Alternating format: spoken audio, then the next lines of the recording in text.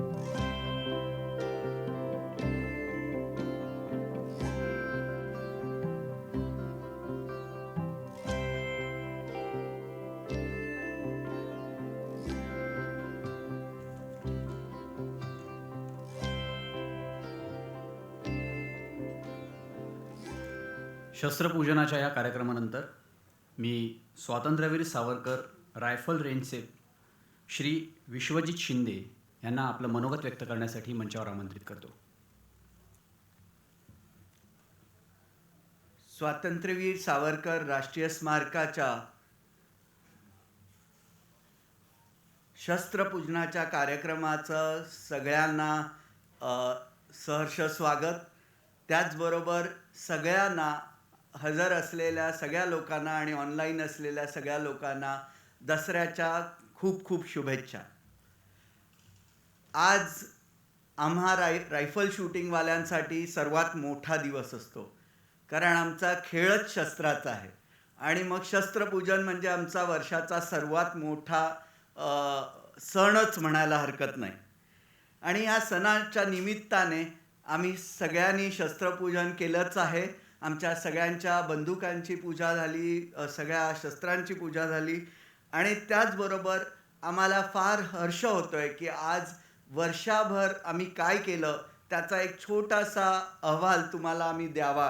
की सावरकर रायफल क्लबच्या सावरकर राष्ट्रीय स्मारकामध्ये जे शूटिंग उपक्रम चालतो त्यामध्ये जसं आम्ही प्रत्येक वर्षी यश मिळवतो तसंच ह्या वर्षी देखील आमच्या यशाच्या मुकुटात आणखीन काही फेदर्स ॲड झालेले आहेत.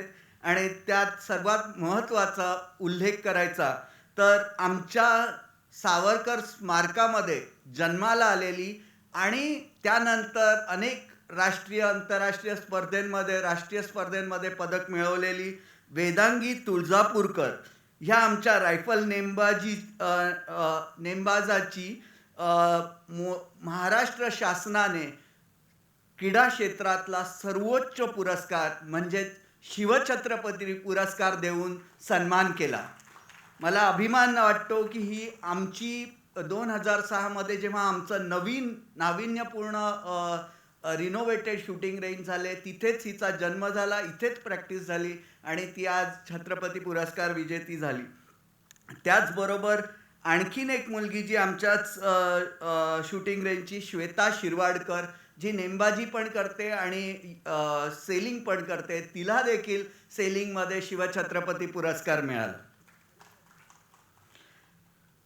याचबरोबर आमच्याच शूटिंग रेंजचे म्हणजे मी स्वतः विश्वजित शिंदे आणि विराज शेळटकर ह्या दोघांची आंतरराष्ट्रीय जज म्हणून अगदी क गट नाही ड गट नाही पण ब गटाचे जजेस म्हणून आमची दोघांची निवड झाली रायफलसाठी, पिस्तलसाठी आणि इलेक्ट्रॉनिक टार्गेटसाठी, ज्याचा जन्म भारतामध्ये पहिल्यांदा जर कुठे झाला असेल तर तो स्वातंत्र्यवीर सावरकर राष्ट्रीय स्मारकामध्ये.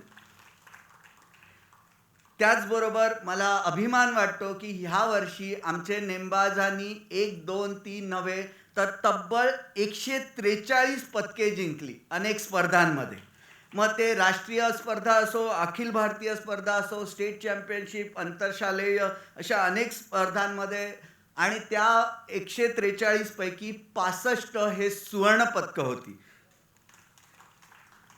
आणि राष्ट्रीय नेमबाजी स्पर्धेमध्ये देखील स्वातंत्र्यवीर सावरकर रायफल क्लबच्या खेळाडूंनी 5 सुवर्ण, 4 रौप्य आणि 7 कांस्य पदकं पटकावली. यामध्ये सर्वात मोठा वाटा होता तो यशिका शिंदे हिचा. तिने ज्युनियर आणि सिनियर गटात 3 रौप्य, 4 कांस्य व 2 सुवर्ण पदकं मिळवली. महिलांच्या ज्युनियर त्याचबरोबर सिनियर गटात देखील. त्याबरोबर मुख्य म्हणजे मीच विश्वजित शिंदे, मलाही सुवर्णपदक मिळालं आणि मी नॅशनल चॅम्पियन झालो. याचबरोबर गायत्री पावसकर, प्रेरणा यादव ह्या दोघांनी देखील राष्ट्रीय स्पर्धेमध्ये सुवर्णपदक मिळवलं. तसेच जयश्री मोरे यांनी रौप्य पदक, तर आपले छत्रपती पुरस्कार विजेते प्रियल केनी ही देखील आपली छत्रपती पुरस्कार विजेती आहे, तिचाही इथेच जन्म झाला आहे आणि ती आणि वेदांगी तुळजापूरकर ह्या दोघांनी कांस्य पदकाची कमाई केली. असे अनेक खेळांमध्ये आपण अनेक स्पर्धेमध्ये जिंकलो. पण त्याहूनही अजून एक उल्लेख करायचा तो म्हणजे भोपाळ येथे झालेल्या नॅशनल स्कूल गेम्समध्ये जिया दोशी ह्या नवीन मुलीने राष्ट्रीय नॅशनल स्कूल गेम्स भोपाळला झाले, तिथे सुवर्णपदक जिंकलं आणि एक कांस्य जिंकलं. त्याचबरोबर लावण्या गुप्ता हिला देखील सांघिक सुवर्णपदक मिळालं. हे राष्ट्रीय खेळांचे आहे. त्याबरोबर आणखीन एक मोठा उल्लेख करायचा तो म्हणजे आपल्याकडे सध्या नॅशनल गेम्स नंतर अजून एक मोठी स्पर्धा होते, ती म्हणजे खेलो इंडिया स्पर्धा. ह्या वर्षी खेलो इंडियामध्ये यशिका शिंदेला कांस्य पदक मिळालं आणि ती खेलो इंडियाच्या स्कॉलरशिपसाठी क्वालिफाय झाली आणि तिची निवड करण्यात आली. इतकंच नव्हे तर आपल्या सगळ्या खेळाच्या यशाचा आणि आपल्या परफॉर्मन्सचं आलेख बघून स्पोर्ट्स ऑथॉरिटी ऑफ इंडियाने आपल्याला खेलो इंडिया सेंटर बनवावं म्हणून आपल्याकडून अर्ज मागवला. आपण तो पाठवला आहे आणि बहुतांश करून थोड्याच दिवसामध्ये आपल्याला ही न्यूज मिळेल की आपल्याकडे खेलो इंडिया सेंटर हे स्वातंत्र्यवीर सावरकर स्मारकामध्ये सुरू होईल आणि अख्खा भारत देशातले अनेक चांगले खेळाडू इथे शूटिंग शिकायसाठी येतील. आणि आम्ही प्रयत्न करतोय की त्याच्यामध्ये आणखीन 2 ऑलिम्पिक्स गेम म्हणजे आर्चरी आणि बॉक्सिंग ह्या दोघांचा पण समावेश व्हावा, कारण ते देखील आपल्याकडे खूप चांगल्या पद्धतीने केले जातात. ह्या वर्षी आम्ही अनेक स्पर्धा घेतल्या आणि जसं आम्ही स्पर्धा घेतल्या त्याच्यामध्ये एक अखिल भारतीय स्पर्धा होती ICSE स्कूल्सची. त्याचबरोबर आम्ही DSOच्या स्पर्धा घेतल्या, झोनल स्पर्धा घेतल्या महाराष्ट्र शासनाच्या, आणि आमच्या 2 लक्षबद्ध स्पर्धा देखील प्रत्येक वर्षी होतात त्याप्रमाणे त्या झाल्या. आणि त्यामध्ये आमचे 3 छत्रपतींचा खूप मोठ्या प्रमाणात रणजित सावरकर, मंजिरी मॅडम, स्वप्नील सावरकर यांच्या हस्ते मोठा सन्मान करण्यात आला आणि तो खरंच एक उल्लेखनीय कार्यक्रम होता ज्याचा उल्लेख मी आज करू इच्छितो. आमच्याकडे पदकची खूप मोठी लिस्ट आहे, ती मी वाचत नाही, पण मी आपणास सांगतो की जरी आमचं लॉकडाऊन होतं, आमचं शूटिंग रेंज शासनाच्या नियमानुसार बंद होतं, तरी देखील रणजित सावरकर सरांनी सांगितलं की तुम्हाला जे काय बंदुका घेऊन जायच्या त्या सगळ्या घेऊन जा, पण प्रॅक्टिस थांबवू नका. अगदी सावरकर स्मारकाच्या रायफल्स देखील आम्ही आमच्या खेळाडूंना दिल्या आणि होम प्रॅक्टिससाठी त्यांना अलाव केलं आणि ऑनलाईनमध्ये त्यांचे क्लासेस घेतले की कशा पद्धतीने प्रॅक्टिस करायची, आणि ऑनलाईनमध्ये पण आपण त्यांच्याकडून प्रॅक्टिस करून घेण्याचा प्रयत्न केला. आणि बहुतेक सगळ्या खेळाडूने आपल्याकडून बंदुका घेऊन गेले, त्यांच्या वैयक्तिक असो नाही तर स्मारकाच्या असो, आणि ते घरी प्रॅक्टिस करत होते. हे मला खूप उल्लेखनीय आहे. इतकंच नव्हे तर काही मुलांना टार्गेट, मोठे शूटर्स जे आहेत त्यांनी कम्प्युटराइज टार्गेटची मागणी केली, जे कधीच शक्य नव्हतं. पण आमच्या रणजित सरांनी स्वतःहून मला फोन करून विचारलं की आपण टार्गेट पण देऊया, आपल्या मुलांना इंटरनॅशनलमध्ये सिलेक्शनमध्ये कुठेही अडथळा आला नाही पाहिजे. आम्ही टार्गेट्स देखील त्यांना घरी प्रॅक्टिस करायला कम्प्युटराइज टार्गेट दिले की कोणाचाही खेळ थांबला नाही पाहिजे याची पूर्ण काळजी घेतली पाहिजे. आणि आज मला खूप आनंद होतोय, खूप हर्ष होतोय की आजपासून पुन्हा एकदा स्वातंत्र्यवीर सावरकर रायफल शूटिंग रेंज पुन्हा चालू झालं आहे आणि तितक्याच जोमाने आम्ही पुढे चालू ठेवू. आणि मी सगळ्या सावरकर स्मारक समितीचे खूप खूप आभार मानतो की ज्या पद्धतीने आपण आम्हाला सहकार्य करताय त्याच पद्धतीने पुढेही सहकार्य करा. त्यात अजून एक उल्लेख करायचा तो म्हणजे चेंदवणकर सरांचा. त्यांना आम्ही खूप त्रास देतो पण ते आम्हाला कायम सपोर्ट करतात. Thank you very much. धन्यवाद सर. आता मी स्वातंत्र्यवीर सावरकर आर्चरी अकॅडमीचे श्री स्वप्नील परब यांना मंचावर येण्याची विनंती करतो. नमस्कार. सर्वात पहिल्यांदा तुम्हाला सर्वांना दसऱ्याच्या हार्दिक शुभेच्छा. मी स्वातंत्र्यवीर सावरकर आर्चरी अकॅडमीचा कोच स्वप्नील परब. आमच्या मागच्या 2 वर्षात आम्हाला आर्चरी रेंजच्या उपलब्धता फार कमी होत होती, त्यामुळे आम्हाला ह्यावर्षी मॅडल्सची संख्या फार कमी झाली. आम्हाला नॅशनल्सचे आणि दरवर्षीप्रमाणे मॅडल्स नाही आहेत, पण फक्त एका नॅशनल टुर्नामेंटमध्ये जी CBSE नॅशनल आहे त्यामध्ये 4 गोल्ड आणि 2 सिल्वर आहेत. नंतर SFA ज्या डिस्ट्रिक्ट टुर्नामेंट्स आहेत त्याच्यामध्ये आम्हाला 5 गोल्ड्स आणि 3 सिल्वर्स आहेत. नंतर मुंबई मेयर कपमध्ये 8 गोल्ड्स आणि 2 सिल्वर आहेत, त्या इंडोर टुर्नामेंट होती. त्या आमची इंडोरची प्रॅक्टिस आता बऱ्यापैकी होते, पण आउटडोअरची होत नाही आहे. त्यामुळे इंडोरमध्ये आम्हाला बऱ्यापैकी मेडल्स आहेत. दुसरं मागच्या आपली आर्चरी अकॅडमी 2009पासून स्टार्ट आहे. तेव्हापासून आपल्याला जे अचिव्हमेंट तयार झालेले आहेत त्याच्या ह्याच्यावरती मला मुंबई डिस्ट्रिक्टचा जो उत्कृष्ट कोच पुरस्कार आहे तो मला यावर्षी प्रदान करण्यात आला. धन्यवाद. पण रणजित सर, आपल्याला रेंज अवेलेबल नाही, त्यामुळे आपल्याला भरपूर त्रास होत आहे आणि मुलांची ग्रोथ थांबली आहे त्याच्यामुळे. आणि ते प्रत्येक कॉम्पिटिशनमध्ये आम्हाला बघायला मिळतं की आम्ही स्टेट आणि नॅशनल टुर्नामेंटपर्यंत क्वालिफायलाही पोचत नाही, कारण की रेंज डिस्टन्सच आम्हाला कवर करता येत नाही, तर आम्हाला पुढची प्रॅक्टिस करता येत नाही. तर कृपया तिकडे लक्ष घाला प्लीज. पुन्हा एकदा सर्वांना दसऱ्याच्या हार्दिक शुभेच्छा. धन्यवाद. आता मी स्वातंत्र्यवीर सावरकर योग केंद्राचे श्री श्रीकांत बर्वे यांना मंचावर आमंत्रित करतो.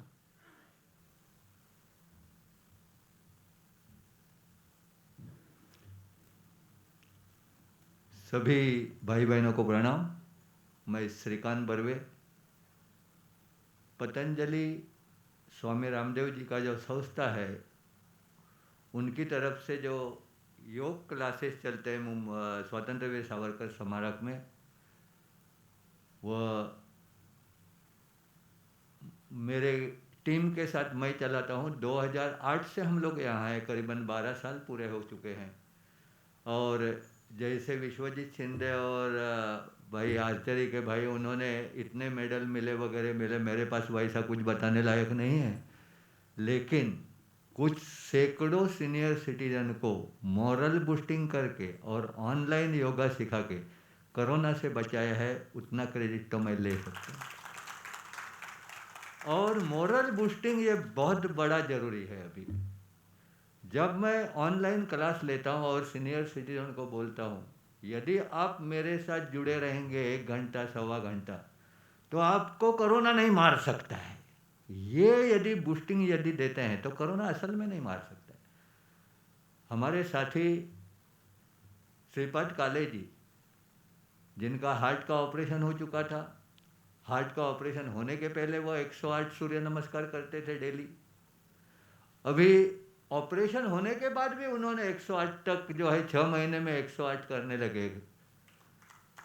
और ये जो प्रोटेक्शन है कि कोरोना मुझे नहीं मार सकता है, तो उसके वजह से वह फ्रीली घूमते थे और उनको कोरोना हो भी गया. 5 दिन में नॉर्मल हो गए. 5 दिन में नॉर्मल है. क्या है, मैं एक बड़ी मुहिम चला रहा हूँ. स्वामी रामदेव जी का कोरोनिल जो है वह इतना सक्सेसफुल है. दुर्भाग्य है देश का, क्योंकि पॉलिटिशियन में जहाँ भी कांग्रेस का राज है वहाँ बेचने को अलाउड नहीं हुआ, दिया ही नहीं उन लोगों ने. तो बाबा ने बोला ठीक है भाई, बेचने को नहीं दे रहे, कोई प्रॉब्लम नहीं. क्यों बेचने को नहीं दे रहे हैं? वो बोल रहे हैं कि कोरोना का समाधान है, कोरोना का दवा है, ऐसे बोलोगे तो बेचने को नहीं देगा. तो बाबा बोले ठीक है, मत बेचने दो, मैं इम्यूनिटी बूस्टर करके तो बेच सकता हूँ, उसके लिए तो आप मना नहीं कर सकते. और फिर भी मना किया तो फ्री में बेच दूंगा, फिर क्या करोगे? क्योंकि बाबा रामदेव जी ने, हमारी संस्था ने जो है, पतंजलि ने प्राइम मिनिस्टर फंड के लिए जो है 25 करोड़ रुपए दिए है, तो दुनिया को हम लोग फ्री में भी बेच सकते हैं. और उसका मूल्य कितना? 545 रुपीज़ का पैकेट. वह 4,500 का टैबलेट 103 रुपये का वह अलाउड है, ये नहीं. और जो आपको 5 दिन में नेगेटिव बना सकता है. और ये मैं जो है, हम लोग जब बात करते हैं वह ऐसे हवा में नहीं करते हैं, विथ प्रूफ करते हैं. मिस्टर केकर एंड मिसेस केकर. मिस्टर केकर 84 और मिसेस केकर 78, दोनों पॉजिटिव निकले. ये देखो, बहुत अच्छी चीज़ें भी हो रही हैं, हम लोग सिर्फ बुरी साइड देख रहे हैं.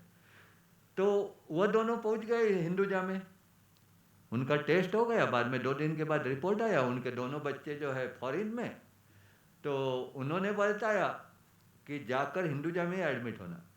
तो वह हिंदुजा में पहुंच गए एडमिट होने के लिए.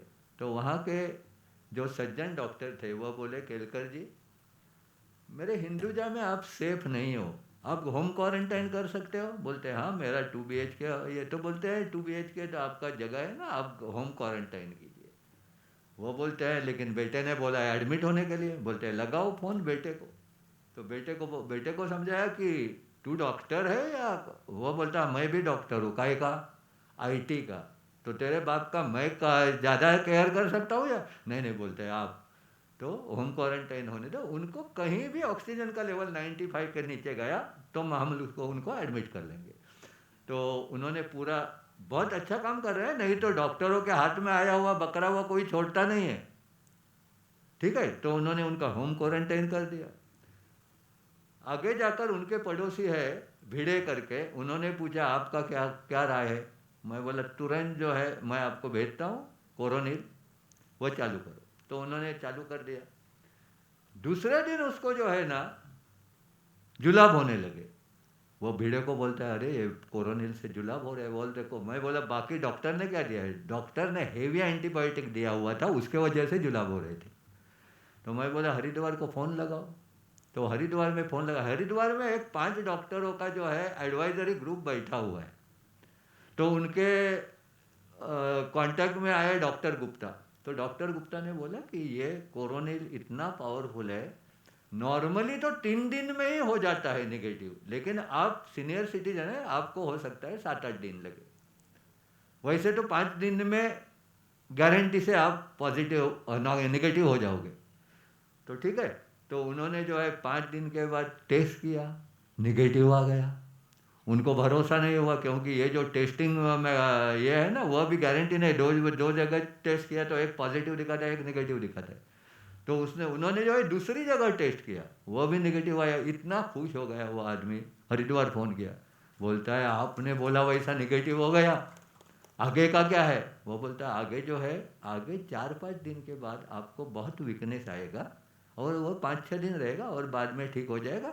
और एक डोज रिपीट कीजिए, 3 वीक के बाद में पहले तंदुरुस्त थे उससे ज़्यादा तंदुरुस्त हो जाओगे। ये मैं ऐड नहीं कर रहा हूँ, असलियत बोल रहा हूँ, क्योंकि 545 में ही है। तो कोरोनिल का जो है हमने जब करीबन जो है 28-30 लोगों को हमने कोरोनिल उनके घर में भेज के मैं जाकर देता था, और कुछ लोग जो है सामने ही बैठे हुए हैं, वो आकर लेके गए मेरे पास से। तो योग के माध्यम से आप ठीक रह सकते हैं, कोरोना हुआ तो भी मर नहीं सकते हैं, उसकी मैं आपको गारंटी देता हूँ। आप कहोगे कैसे? ये देखिए, हमें जो नेचर ने वेंटिलेटर दिया हुआ है, लंग्स दिए हुए, उसको परफेक्ट रखो। आप उस वेंटिलेटर के पीछे पड़ते हो जो दिन का 1 लाख रुपए आपसे ले रहा है, अपना ही वेंटिलेटर अच्छा रखो ना। और वही काम जो है मैं 4-5 महीने में ऑनलाइन कर रहा हूँ। मेरा सब्जेक्ट क्या मैंने रखा है? Learn to live with corona. ये जो सपना देख रहे हो ना आप, जाएगा जाएगा, वो जाने वाला नहीं है। वो ऐसा जाने वाला मेहमान नहीं है। आपको वैक्सीन आएगा, कब आएगा क्या पता, वैक्सीन के साइड इफेक्ट क्या होते हैं वह पता चलने को 6-6 महीने लगते हैं। तो वह आएगा तब आने दो। तो मैंने जो है लोगों को क्या सिखाया, करीबन मैंने 10-12 वेबिनार ले लिए। पहले वेबिनार जो है मैंने जूम का पैकेज खरीदा हुआ था, उसमें 70-80 लोग आते थे। लास्ट 4 वेबिनार जो है उसमें 100 से ऊपर ज़्यादा आए, और लोगों ने कंप्लेंट किए, बोलते हैं हमको एंट्री नहीं मिल रही है क्योंकि मेरा पैकेज सिर्फ 100 का। ठीक है, इतना अच्छा रिस्पांस मिला। उसमें मैंने क्या सिखाया लोगों को, आपकी लंग्स की कैपेसिटी कैसे बढ़ाने। आप कहोगे लंग्स की कैपेसिटी बढ़ने के बाद मुझे पता कैसे चलेगा कि बढ़ी है या नहीं? यदि आप डीप सांस लेकर, जिसको हम लोग सांस रोकना बोलते हैं, जैसे आप अंडर वाटर जाते हो तब सांस रुका हुआ रहता है आपका, यदि आप 45 to 50 सेकंड होल्ड कर सकते हो तो कोरोना से मौत नहीं आएगी, इसकी मैं आपको गारंटी देता हूँ। यदि आप भाप लेते हो, स्टीम लेते हो, जलनेति करते हो, हमारे कुछ अणु तेल करके ऑयल है बाबा रामदेव जी का जो नाक में डाल सकते हैं, वह करते हो और प्राणायाम दे करते हो, तो कोरोना आपको कभी नहीं मार सकता है। और समझ लीजिए हो भी गया तो ज़्यादा से ज़्यादा 5 दिन में या 8 दिन में जो है आप निगेटिव हो जाओगे। और क्या प्रोटेक्शन चाहिए? ये देखिए, एक तरफ म्यूनसिपालिटी के जो क्वारंटाइन सेंटर है वहाँ फ्री, एक भी पैसा नहीं खर्चा होता है, और दूसरी तरफ 10-10 लाख बिल बनते हैं। कैसे लूटा जा रहा है? खैर, उसके ऊपर तो मैं कुछ कमेंट पास नहीं करना चाहता हूँ। रंजीत सर और आपके संस्था की तरफ से आपने हमें जो जगह यूज़ करने को दिया है, हमने बहुत सारी एक्टिविटीज चालू की है। उसमें से एक बहुत ज़बरदस्त एक्टिविटी जो है, जो बहुत लोगों को पता नहीं है, वह है हाइड्रोलिक पावर डिटॉक्सिफिकेशन। जैसा आप गाड़ी का सर्विसिंग करते हैं वैसे हम लोग यहाँ बॉडी का सर्विसिंग करके देते हैं। उसका ज़्यादा जो है प्रचार नहीं हो पाया है क्योंकि हमारे लिमिटेशन है कुछ, हम लोग ज़्यादा लोग नहीं ले सकते हैं क्योंकि मेन उसकी रिक्वायरमेंट जो है वह टॉयलेट्स है। लकीली हमारे पास बहुत स्टेट ऑफ आर्ट टॉयलेट है, 10 टॉयलेट है। तो रंजीत सर, हम लोग अभी चालू करना चाहते हैं, और आपने जैसे कहा सोशल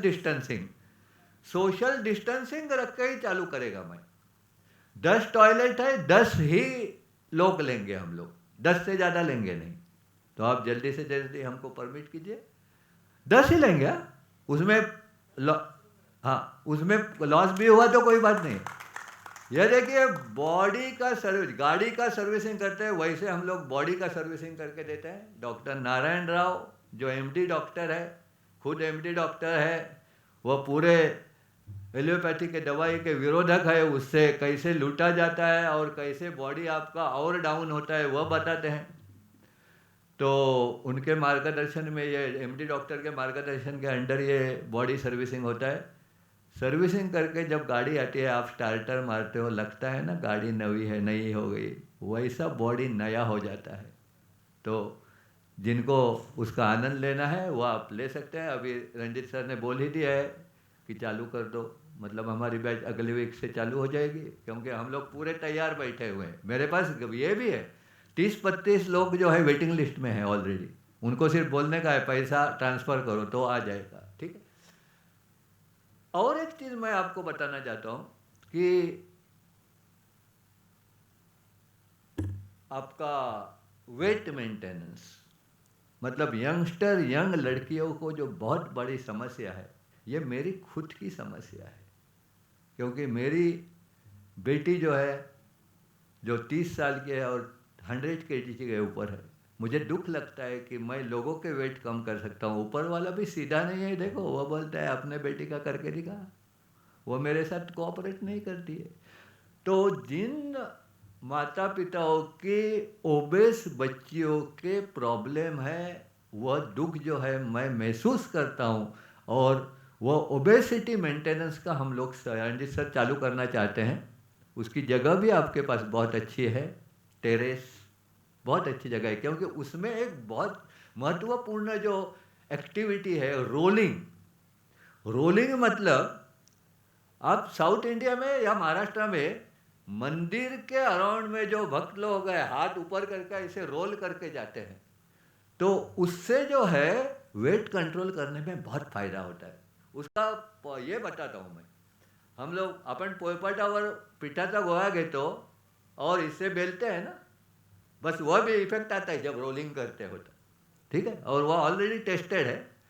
तो ये एक नया उपक्रम हम लोग चालू करेंगे। और एक चालू करने का हम लोग आपसे इजाज़त चाहते हैं, कांस्य थाली जो है, मशीन के ऊपर आप पाँव रख के जो है मसाज करते हैं, एक 10 मिनट का मसाज। पुणे में बहुत जो है उसका प्रचार हुआ है। तो पुणे में जो है 30 रुपये में वैसा ही हम लोग रखेंगे। हमको कुछ में कुछ कमाने का नहीं है। यदि घी का है वो 50 रुपीज़, और ये है तो अपने पास मैं प्रपोज कर रहा हूँ, अपना जो व्यूइंग गैलरी है लेज़र शो का, वहाँ हमको जगह दीजिए। वह हमारा जॉइंट ये होगा, इन्वेस्टमेंट हम लोग करेंगे, आप सिर्फ मुझे लाइट और जगह दीजिए। और इतना ज़बरदस्त इफेक्ट आता है, बॉडी का हीट निकल जाता है। उससे जो है डायबिटिक्स कंट्रोल में रख सकते हैं, बीपी कंट्रोल में रख सकते हैं, एसिडिटी कंट्रोल में आती है, और बहुत सारी चीज़ें होती हैं। तो मैं ज़्यादा वक्त नहीं लेना चाहता हूँ। तो पहले जो है हमारे ऑलरेडी चल रहे हैं एक्टिविटीज़, वह तो हम लोग करेंगे ही, और कुछ एक्टिविटीज़ बढ़ाना चाहता हूँ। और मुझे सबको मैं अपील करता हूँ कि ये स्वतंत्र वीर सावरकर ये एक मंदिर जैसा है, तो यहाँ जो है, यहाँ का जो जगह है वह कभी भी खाली नहीं रहना चाहिए। आप जो है उसका मैक्सिमम यूज़ करें, क्योंकि ऐसा सेंट्रली लोकेटेड जगह जो है आपको कोई मिल ही नहीं सकता है। तो सभी को मैं अपने विजयादशमी के जो है शुभेच्छा देता हूँ। और हमारे जो प्रपोजल्स है लोगों की सेवा करने को, उसको भी आप अपनी तरफ से जो है, हाँ एक चीज़ बोलने की रह गई, हमारे जो है ऑनलाइन क्लास चल रहे हैं। ऑनलाइन क्लास, अभी मुझे डर क्या लगने लगा है कि ऑनलाइन क्लास से लोग इतने सेटिस्फाइड है, वो बोलते हैं यही अच्छा है। क्योंकि सर रंजित सर, बहुत सारी लेडीज जो आ ही नहीं सकती है क्लास में, वो ऑनलाइन, वो मैक्सी में बैठ के जो है वो योगा कर सकती है। वहाँ गैस पर ये रखा हुआ है कुकर, सीटी बजी, 3 सीटी होने के बाद जाकर वो ऑफ भी करके आ सकती है।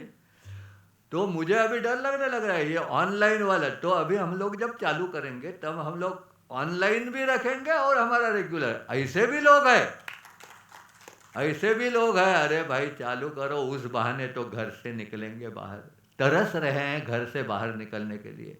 क्योंकि जो दिन में 2 बार शिवाजी पार्क को चक्कर लगाता था, वह 6 महीने अंदर जो है फंसा हुआ है।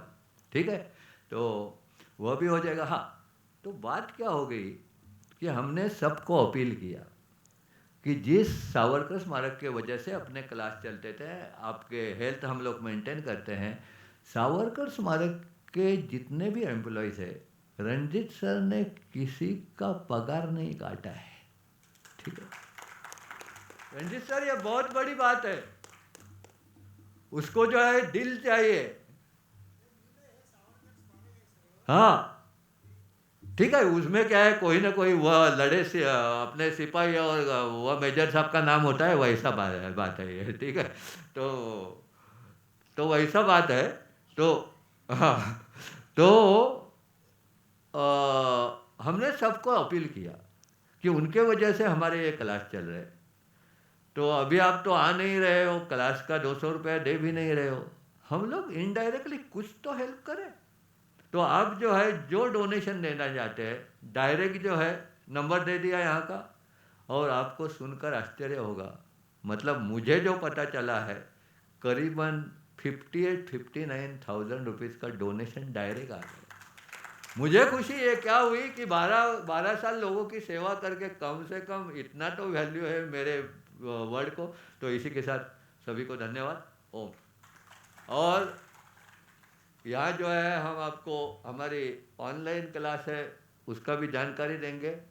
कोई डर रहा है कोरोना को तो ज्वाइन हो जाइए, आपका कोरोना का डर निकाल दूंगा मैं सिर्फ 1 महीने के अंदर। धन्यवाद। धन्यवाद सर। स्वातंत्र्यवीर सावरकर बॉक्सिंग क्लबचे श्री राजन जोथाडी यांना मी मंचावर येण्याची विनंती करतो। उपस्थित मान्यवर सावरकर स्मारकाला अभिवादन करतो। माझे कलीग उपक्रम प्रमुख यांचं पण अभिवादन करतो। सावरकर स्मारकाच्या वतीने मला एक सांगायचं, सुरुवात थोडक्यात म्हणतो मी। चांगली सवय लागली, दरवर्षी धनंजय शिंदे फोन करतात आणि सांगतात तुमच्या उपक्रमाचा रिपोर्ट द्या, आणि हे एक चांगली सवय आहे।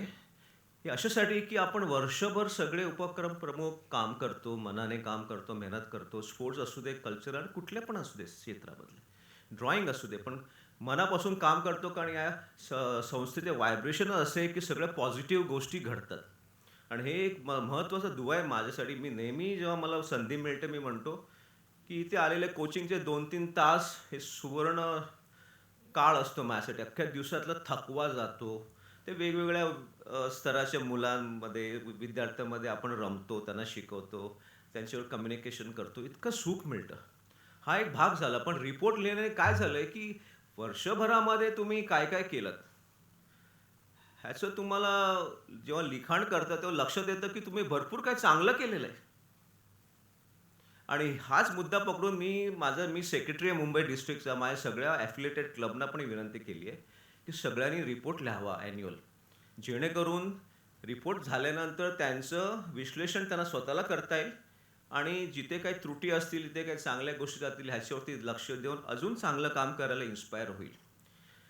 महत्त्वाचं सांगायचं म्हणजे मागच्या वर्षी सावरकर स्मारकाचे जे ट्रस्टीज आहेत, मॅनेजमेंट आहेत, सगळ्यांनी सपोर्ट करून बॉक्सिंग रिंग बांधायला आम्हाला मदत केली. पप्पी पाटलांचा विशेष उल्लेख करेन की त्यांच्या प्रोत्साहन आणि कॉन्ट्रीब्युशनमध्ये रिंग झाली आणि ही रिंग इतकी सुंदर झाली की अख्ख्या मुंबईमध्ये जी वाहवा झाली वेगवेगळ्या क्लबमध्ये. ते फोटोग्राफ्स पब्लिश झाले व्हॉट्सॲपवरती आणि आपण त्याच्या निमित्ताने स्पर्धा जे करत होतो त्याच्या स्पर्धाचं पण आलेख आता सतत होतो आहे. आणि सगळ्यात त्याच्या उपरांत जाऊन रणजित सरांनी आम्हाला अशी मदत केली की जेवढे इक्विपमेंट्स होते ते सगळे त्यांनी जुने इक्विपमेंट्स बदलून न्यू ब्रँड इक्विपमेंट्स जवळजवळ 1.5-2 लाखाची त्यांनी आम्हाला मदत केली. यामुळे काय झालेलं मी सांगतो की आमच्या विद्यार्थ्यांचा उत्साह एवढा वाढला की नवीन इक्विपमेंट, नवीन ग्लोव्ज, नवीन पद्धतीचे साहित्य, म्हणजे ट्रेनिंग करताना जो त्यांना उत्साह पाहिजे आणि जो इन्व्हॉल्वमेंट पाहिजे तो मिळत गेला. मी रणजित सर आणि त्यांचे सगळे ट्रस्टीजचा आभार मानतो आणि थोडक्यात सांगतो की जेवढ्या आपण आमचं कामच आहे शिकवायचं. आता कोचिंगचं माझं पर्सनल हे 40व्या वर्षापासून 40वा सीझन सुरूच नाही झाला करोनामुळे. मी अतिशय आतुर आहे की माझं 40th सीझन मी सुरू करीन. कदाचित पुढच्या महिन्यात सरांनी परवानगी दिली रणजित सरांनी तर सगळ्या नियमाचं पॅरामीटर्सचं भान ठेवून आणि मॅनेजमेंट्स अप्लाय करून आपण ते करू शकतो. कारण मुलं सतत विचारतात आहे की आम्हाला करायचं आहे, पण घाई करून उपयोग नाही, कारण करोना हा काही अजून संपलेला नाही आणि it is steel a danger subject. कारण आपल्याकडे लहान मुलांचा सहभाग जास्त आहे शाळेतल्या जाणाऱ्या विद्यार्थ्यांचा, 50% आहे.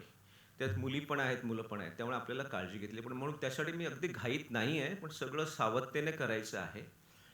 पण आमचे जे खेळाडू आहेत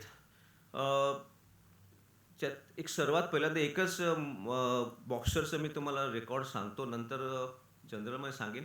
अनुज कुमार सिंग हा आपला एक विद्यार्थी आहे जो गेले 8-10 वर्ष आपल्या क्लबमध्ये ट्रेनिंग करतो आहे आणि तो एक असा बॉक्सर आहे की जो 3 वर्षापूर्वी प्रोफेशनल बॉक्सिंगमध्ये कन्व्हर्ट झाला आणि हे चांगलं डिसिजन होतं यासाठी, कारण त्यांनी भरपूर चायनामध्ये जाऊन खेळला आणि काही आफ्रिकन कंट्रीजमध्ये. लास्ट इयर त्यांनी टांझानियाला जाऊन युनिव्हर्सल बॉक्सिंग ऑर्गनायझेशन हा one of the recognise belt जो आहे इंटरनॅशनल प्रोफेशनल बॉक्सिंगचा तो त्यांनी 57 kgsमध्ये मिळवला आणि त्यांनी तिथून मला व्हिडिओ कॉल केला. मला त्याचं आधी उमगलं नाही त्याचं इम्पॉर्टन्स काय आहे, त्याच्या भावना काय. मी माझ्या कॉलेजमध्ये कामात होतो, त्यांनी त्याच्या कुठल्या तरी सहकार्याकडनं फोन केला. मी बोललो, पण तो आतुर होता सांगायला मला की सर मैंने ये बेल्ट जीता है. तो बेल्ट वगैरे दाखवला.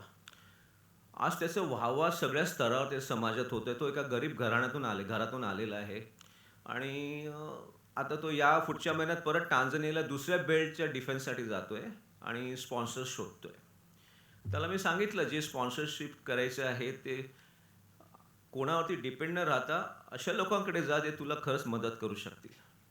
आणि हे युनिव्हर्सल बॉक्सिंग ऑर्गनायझरचे बेल्ट जो आहे त्याचा त्याला एवढा अभिमान आहे आणि आम्हाला पण अभिमान आहे. रणजित सरांना पण ते दाखवलेलं आहे. पण ही गोष्ट कसं आम्हाला नंतर त्याचं महत्त्व कळलं की तो एक मुलगा जातो काय परदेशामध्ये स्वतःच्या खर्चाने आणि तिकडच्या टायटल होल्डरला हरवतो काय, तो बेल्ट इंडियामध्ये घेऊन येतो काय.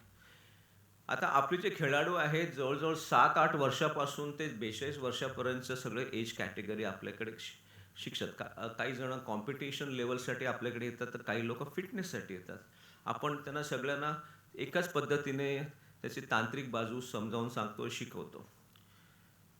स्पर्धा कुठल्याही लेवलची असू दे, ती 1 दिवसीय असू दे, ती 3 दिवसीय, 4 दिवसीय, आठवड्याची चॅम्पियनशिप असू दे, inter collegiate, university, junior college, Mumbai school sports association असू दे, स्टेट स्पर्धा असू दे, नॅशनल असू दे, आपल्या खेळाडूने मला सांगायला आनंद होतो की सगळ्या स्पर्धांमध्ये भाग घेऊन आज टोटलमध्ये जेव्हा आपण याचं मी समरी काढली 89 गोल्ड मेडल्स आपल्या बॉक्सर्सने मिळवलेले आहेत विविध स्पर्धांमध्ये. त्याच्या स्टेट गोल्ड्स पण आलेत आणि 17 सिल्वर आणि 9 ब्रॉन्झ. हे मला शेवटी ॲव्हरेजमध्ये मला धनंजय सांगितलं, कळलं की आपण उत्कृष्ट काम केले आणि हे एवढं थांबणार नाही आहे. हे सतत दरवर्षी ह्याच्यामध्ये ॲडिशन कशी होईल हे उद्दिष्ट एका कोचने ठेवायचं आहे.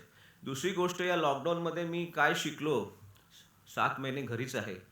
कॉलेज बंद आहे जिथे मी शिकवतो, स्मारकाची ॲक्टिव्हिटी बंद आहे. पण ह्याच्यामध्ये आमच्या असोसिएशनच्या वेबिनार्स इथे झाल्या, त्याच्यामध्ये माझ्याकडून काही चांगल्या गोष्टी पण झाल्या, काही गोष्टीवर लिखाण झालं, काही गोष्टीवर संशोधन झालं.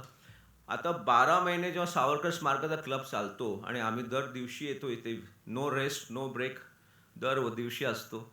मुलांना एक्झाम ब्रेक असते पण आम्हाला नसते. आम्ही 12 महिने मुलांसाठी उभे असतो. त्याच्यामुळे एक मेंटल ब्लॉक कदाचित होत असेल आमच्या कोचेसना आणि वैचारिक पातळीवरती आम्ही थांबतो की ह्याच्यावरून अजून ब्रेक होऊन अजून पुढे कसं जायचं. पण हे लॉकडाऊनमध्ये मला थोडंसं उमगलं की आपण काय करतोय. जेव्हा सभासद येतो इकडे शिकायला आणि तो एनरोल करतो, पैसे भरतो, आम्ही त्याला मनाने त्याला जे काही टेक्निकल गोष्टी शिकवतो आणि नंतर त्याला ॲडव्हान्समध्ये टाकतो, त्याला हे करतो. पण हे 100च्या 100 बॉक्सेसना आम्ही एकाच पद्धतीने शिकवतो असं मला दिसून आलेलं आहे. आणि काय चूक झालेली आहे किंवा काय त्रुटी दिसते मला स्वतःमध्ये की ह्याच्यामध्ये काही आंतरराष्ट्रीय आणि नॅशनल आणि इंटरनॅशनल लेवलला जाणारे काही खेळाडू आहेत, मुलं आहेत. त्यांना पालकांचा पण भरपूर सपोर्ट आणि मानसिकरित्या आणि आर्थिकरित्या आहे.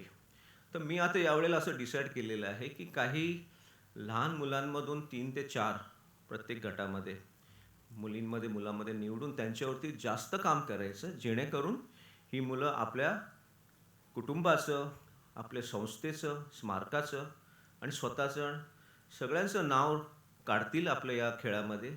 आणि त्यासाठी जी मदत लागेल ती करायचं आहे. आणि त्यासाठी मी स्वतःचा अभ्यास आणि रुटीन पण त्यांना म्हणजे एक होमवर्क मी स्वतः रेडी करतो आहे. आणि मला हे आयडेंटिफाय केलेले आहेत मुलं. मला फक्त आता कोचिंग सुरू करायचे आणि त्या दृष्टीने पावलं टाकायचे. पुढच्या वर्षी आपण जेव्हा भेटू परत दसऱ्याला कदाचित, आता जवळजवळ आमचं हे ऑक्टोबर नोव्हेंबर यावेळेला शालेय स्पर्धा नाही, इंटर कॉलेजिएट स्पर्धा नाही, स्टेटच्या स्पर्धा होतील की नाही माहीत नाही. त्यामुळे पुढच्या वर्षी आपल्याला काही बोलायला काही असेल मटेरियल मला माहीत नाही. पण आपण आपलं चांगलं काम हे पुढे नेणार आहोत. आणि बॉक्सिंगसारखं खेळ जो आता स्त्रियांना जास्त गरजेचा आहे असं माझं वैयक्तिक मत पण आहे. आणि त्या दृष्टीने आपण एक practical boxing for self defence नावाचा एक उपक्रम चालू केला होता. स्मारकामध्ये 2दा झालेला आहे. आणि तुम्हाला सांगतो त्या 2 तासाच्या सेशनमध्ये कितीतरी स्त्रिया, मग ते कुठल्याही शेपच्या असतील, बॉडी शेपच्या असतील, त्यांनी करून दाखवलं. मी इतकं त्यांना म्हणजे मला आश्चर्य वाटलं की जिथे मी 4 दिवस बेसिक्स शिकवायला घेतो तिकडे 2 बेसिक्स त्यांनी 2 तासात शिकवून दाखवले त्या मुलीने मला, बायकांनी.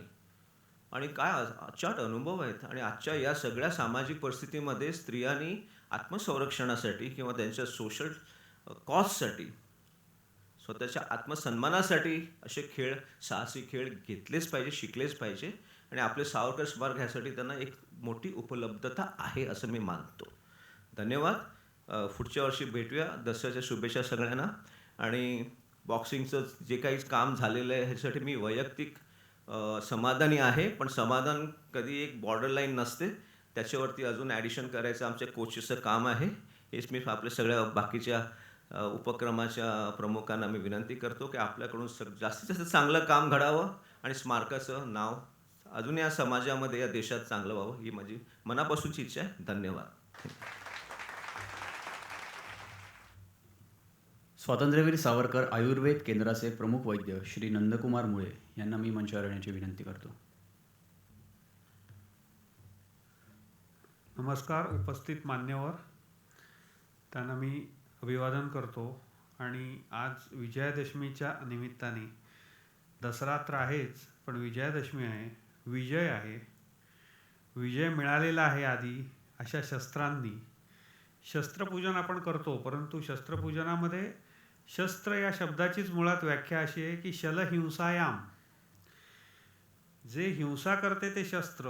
मग आपण हिंसा कुणाची करतो तर वाईट गोष्टींची हिंसा करतो ज्या शस्त्राद्वारे, आणि विजय मिळवतो.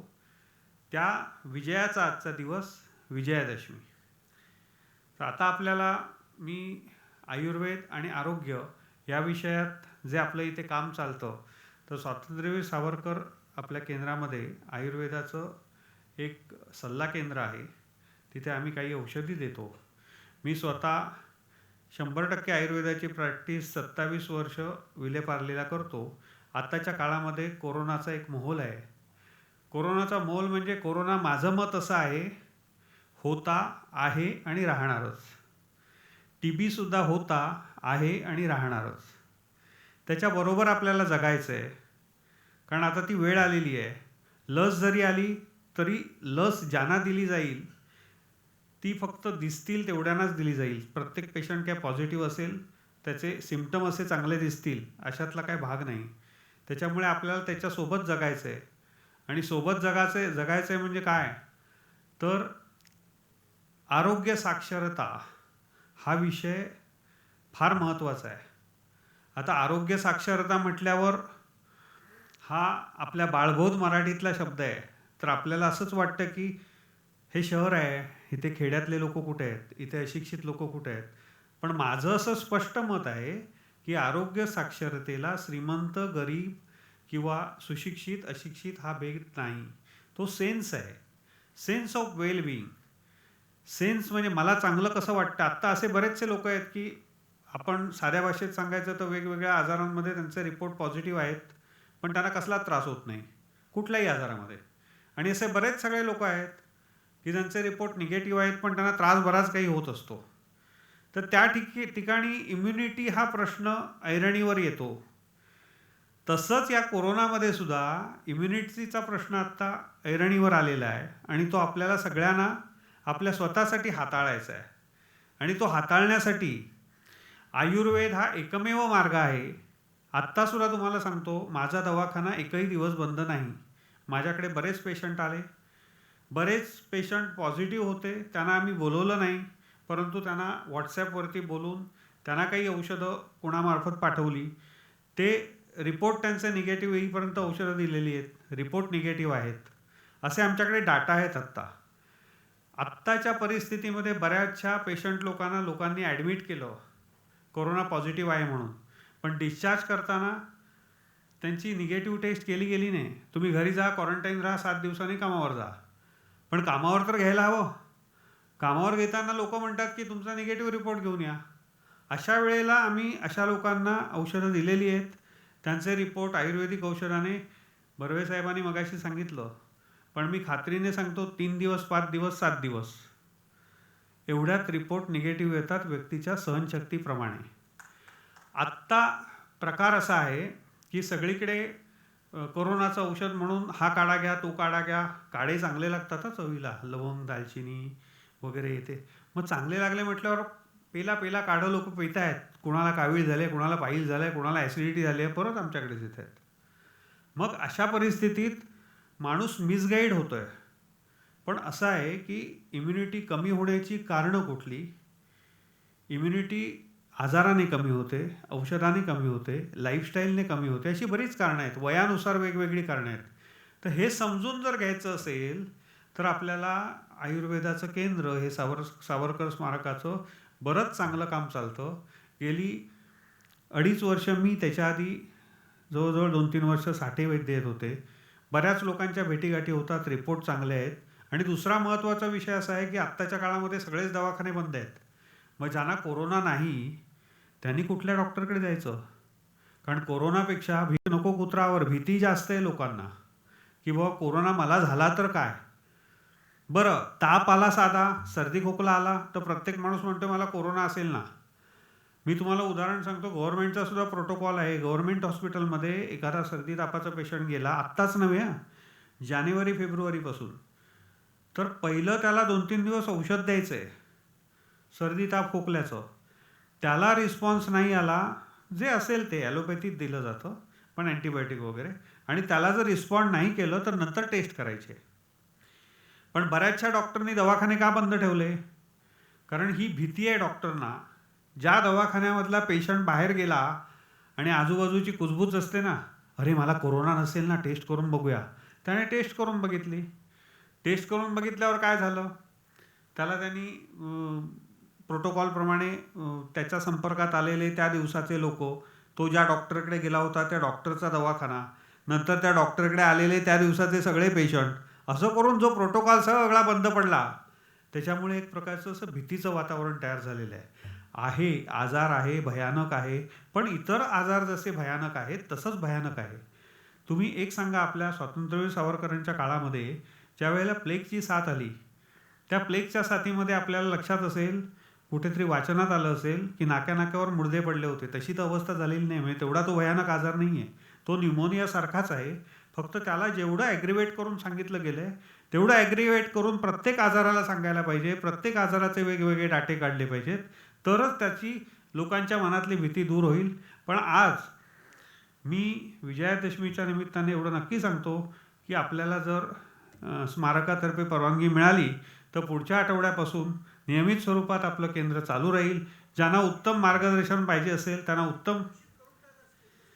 हां, तर आता आपल्या केंद्राची वेळ म्हणजे दर मंगळवार आणि शुक्रवार मी स्वतः 5:30 ते 7:30 या वेळामध्ये वैद्यकीय सल्ल्यासाठी उपस्थित असतो. महिन्याच्या पहिल्या आणि तिसऱ्या बुधवारी डॉक्टर पूर्वामुळे स्त्रियांसाठी काही समस्या असतील किंवा इतर काही तक्रारी असतील तर त्याच्यासाठी उपस्थित असतो. पण एक आहे, ज्यांना कोरोना आहे त्यांनी आवर्जून स्वतः आपल्या वॉचमनला सांगावं आणि तिथे. हां, माझा नंबर तुम्ही स्मारकाकडून मिळवा, अपॉइंटमेंट घ्या. त्या पद्धतीनेच आम्ही त्यांना जे जे मार्गदर्शन करायचं असेल ते करू. पण एक आहे, प्रत्येकाचा विजयादशमीला सांगतो, प्रत्येकाच्या आरोग्यावरती, प्रत्येकाला आजारांवरती विजय मिळवायचा आहे. एवढं सांगून मी माझे 2 शब्द संपवतो.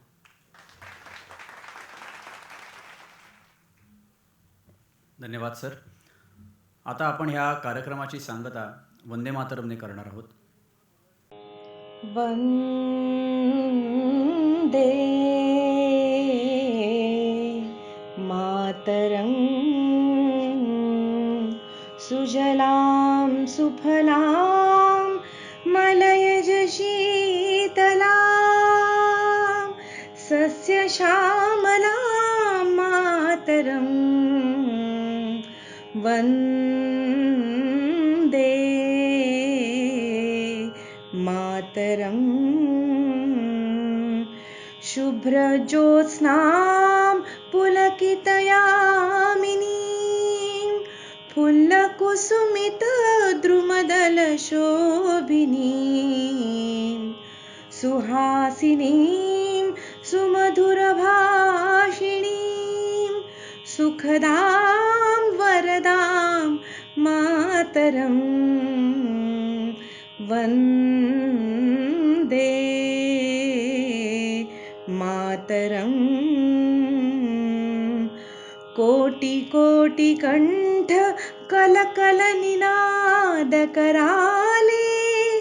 कोटिकोटिभुजैर्धृतकरकरवाले के बोले मां तुमि अबले बहुबलधारिणीं नमामि तारिणीं रिपुदलवारिणीं मातरं वन्दे मातरं तुमि विद्या तुमि धर्म तुमि हृदि तुमि मर्म त्वं हि प्राणा शरीरे बाहुते तुमि मां शक्ति हृदये तुमि मां भक्ति तोमारे प्रतिमा गडी मंदिरे मंदिरे मातरं वन्दे